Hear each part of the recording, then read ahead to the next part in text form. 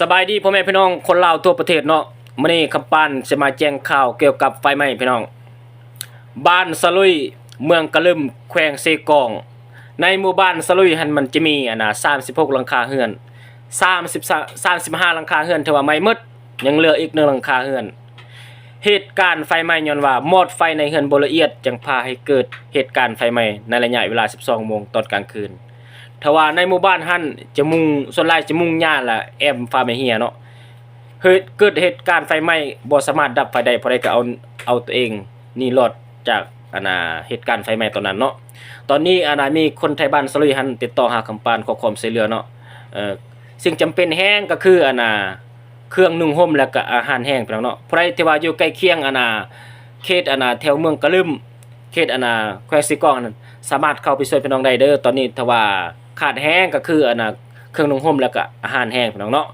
ตอนนี้พ่อแม่พี่น้องก็บ่มีบ่อนนอนพี่น้องก็พากันนอนสระนอนทรายแคมป์ต้นไม้ใหญ่เนาะฉะนั้นขอความช่วยเหลือผู้ใดอยู่ต่างแขวงก็แล้วแต่เนาะผู้ใดที่ว่าช่วยเหลือเนาะสามารถเบิ่งอยู่ใต้คอมเมนต์เด้อคำปานสิเอาลงผู้ที่ว่าติดต่อหาคำปานเนาะขอความช่วยเหลือให้คำปานเห็นคลิปเอาลงเฟซเนาะผู้ใดที่มีใจศรัทธาเนาะผู้ใดที่บ่ช่วยหยังก็แล้วแต่พี่น้องช่วยกดแชร์เนาะกดไลค์กดแชร์ให้ผู้ที่ว่ามีใจศรัทธาอยากช่วยเหลือพ่อแม่พี่น้องบ้านสลุยหั่นที่ว่าถึกไฟไหม้หั่นเนาะแต่ว่าตอนนี้ยังบ่ฮู้ว่ามีคนเสียชีวิตหรือบ่เนาะฉะนั้นคำปานขอฝากคลิปนี้เนาะผู้ใดที่ว่าเบิ่งแล้วก็ฝากกดไลค์กดแชร์เนาะเป็นกำลังใจให้พ่อแม่พี่น้องบ้านสลุยหั่นขอให้พ่อแม่พี่น้องบ้านสลุยหั่นสู้ๆเด้อพี่น้องเด้อคำปานก็สิฝากเตือนอีกพ่อแม่พี่น้องว่าคนลาวเฮาทั่วประเทศเนาะผู้ใดอยู่เขตนอกเขตนาก็แล้วแต่เนาะผู้ใดที่ว่าใส่ฟืนใส่ไฟจะไปส่วนไปให้ไปนาก็แล้วแต่บ่อนไฟละเอียดเด้อพี่น้องเด้อ